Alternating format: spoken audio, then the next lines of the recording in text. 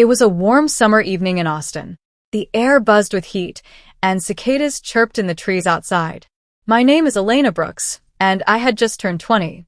I was supposed to spend the weekend alone at home while my parents attended a wedding out of town.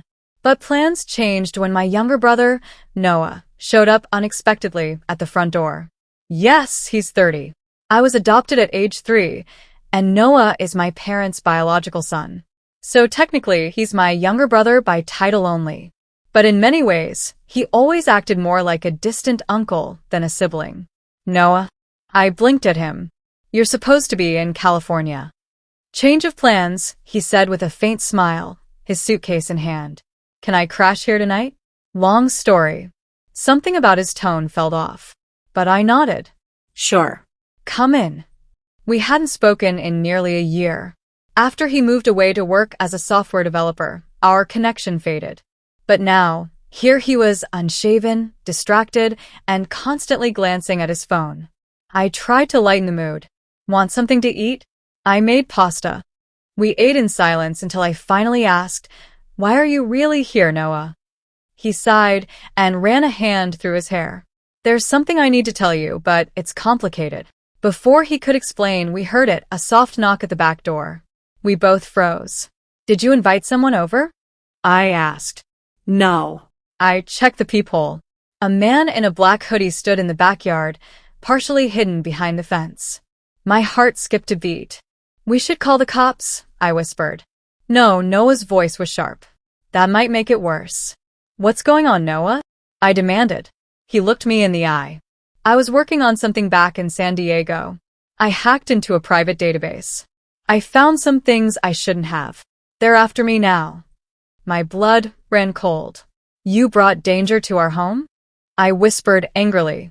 I had no choice. I didn't know where else to go, he said, genuinely desperate. I took a deep breath. Then we do this together. I offered him a plan. We pretend we're not here. Lights off. Quiet. You go out the back window and run to Officer Martin's house 2 blocks down. I'll stay and distract them if they break in. Noah shook his head. I'm not leaving you alone. You once told me, I said firmly, that family doesn't run away. So don't run. Get help. Noah stared at me for a moment, then nodded. We executed the plan. He slipped out the window. I hid in the closet with a kitchen knife and my phone ready to dial. Minutes felt like hours. I could hear someone trying to jiggle the back lock. Then, sirens. Police lights filled the yard. The man was arrested on the spot. Noah came back later with the officers, explaining everything. Turns out, he'd uncovered a corrupt network involving stolen identities, and someone had traced his IP address to our family home. The FBI got involved.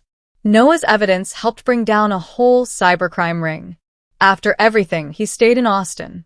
We started fresh, not as strangers, but as siblings who finally understood each other. And as for what I offered him that night, I offered him safety, trust, a second chance at family. Things had started to feel normal again. After the break-in, Noah stayed in Austin under FBI protection while they wrapped up the cybercrime investigation. He was quieter now, more thoughtful. He spent most of his time indoors, sometimes pacing the living room deep in thought, sometimes helping me cook or watch old movies just to distract himself. But I could tell something was still bothering him. One night, while we were doing dishes, I asked him, What aren't you telling me? He dried his hands on a towel and leaned against the counter. There's more to it than just the hacking. I raised an eyebrow. I wasn't just a whistleblower, he said. I was involved deeper than I told the FBI. I thought I was doing good, leaking data to expose corruption. But someone paid me to do it. My stomach turned. Noah, are you in danger again? He nodded slowly. They found out I spoke to the FBI. Now they want revenge. Before I could respond, we heard something. A loud thud from the front porch. I ran to the window and peeked through the blinds. A small cardboard box sat on the steps. Noah stepped back. Don't touch it. We called the FBI agents assigned to him. Within minutes, 2 unmarked cars pulled up and sealed off the house. It wasn't a bomb, but it was a warning.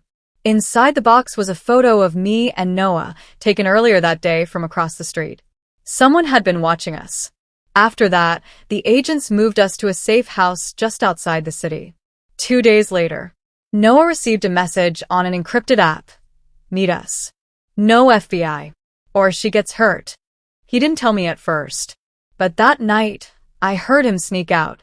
I followed him in my own car, heart racing, hands trembling. He drove to an abandoned warehouse near the outskirts of Austin. I parked far off, called the FBI, and waited in the shadows. Inside, I could see him talking to a group of men, 3 of them, all dressed in black. I couldn't hear what was said, but one shoved him against the wall. Another pulled out a gun. That's when the FBI stormed in. Shouts. Sirens. Red and blue lights. All 3 men were arrested. Noah was pulled away and brought to safety. Back at the safe house, he looked at me with tears in his eyes. Why did you follow me? Because you're my brother, I whispered. And I won't let anyone take that from me. He smiled faintly. You offered me your trust once. I don't ever want to break that again. 3 months later, the case was closed. The criminals were behind bars. Noah agreed to testify under protection. He also decided to stay in Austin and start over. He got a quiet IT job, volunteered at a coding club, and slowly rebuilt his life. As for me, I finally understood that sometimes being a sister doesn't just mean sharing blood. It means offering love when it's hard, loyalty when it's dangerous, and faith when it seems undeserved. That night we were home alone changed everything. But I'd do it again in a heartbeat.